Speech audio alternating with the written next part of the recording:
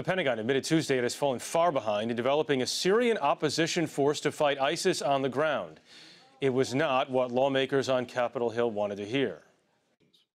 As of July 3rd, we are currently training about 60 fighters.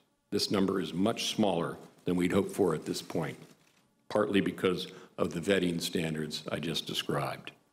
I got to tell you, after 4 years, Mr. Secretary, that's not a very impressive number.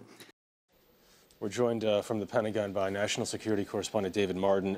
David, it's a $500 million program and only 60 are being trained right now?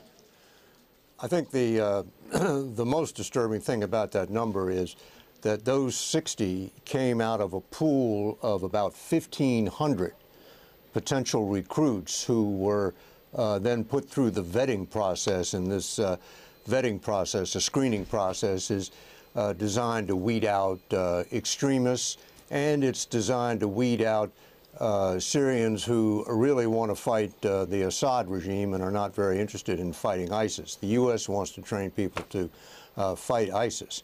So do the math. You have 1,500 recruits. Out of that, they got about 100 that passed all of the vetting. And then of that number, a lot quit when they got to the training camp and decided they didn't like the life there. So you're down to 60.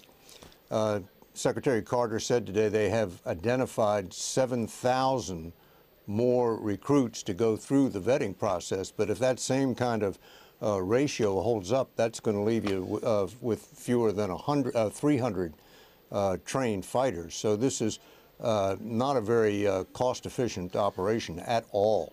David, I want to ask you more about that inherent conflict you just mentioned there, because so the U.S. wants these fighters to fight ISIS, but not the Syrian regime and Bashar al-Assad, and many of them want to do that. So how does this program work then? How can you find folks who only want to fight ISIS?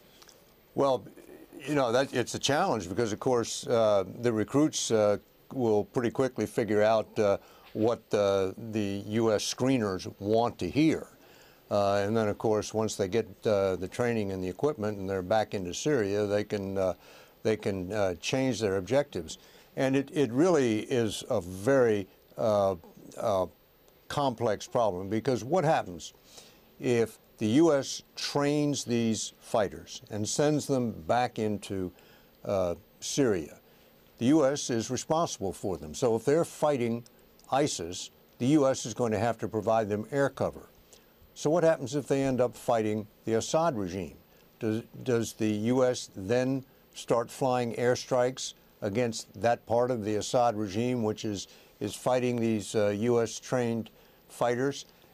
It's a dilemma, and it hasn't been figured out yet by the administration. Secretary Carter said today his inclination would be to support those fighters, whoever they were fighting.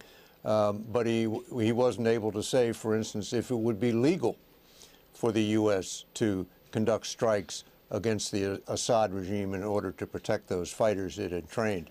So this program is really a very, very iffy project right now. David Martin at the Pentagon. David, thank you very much.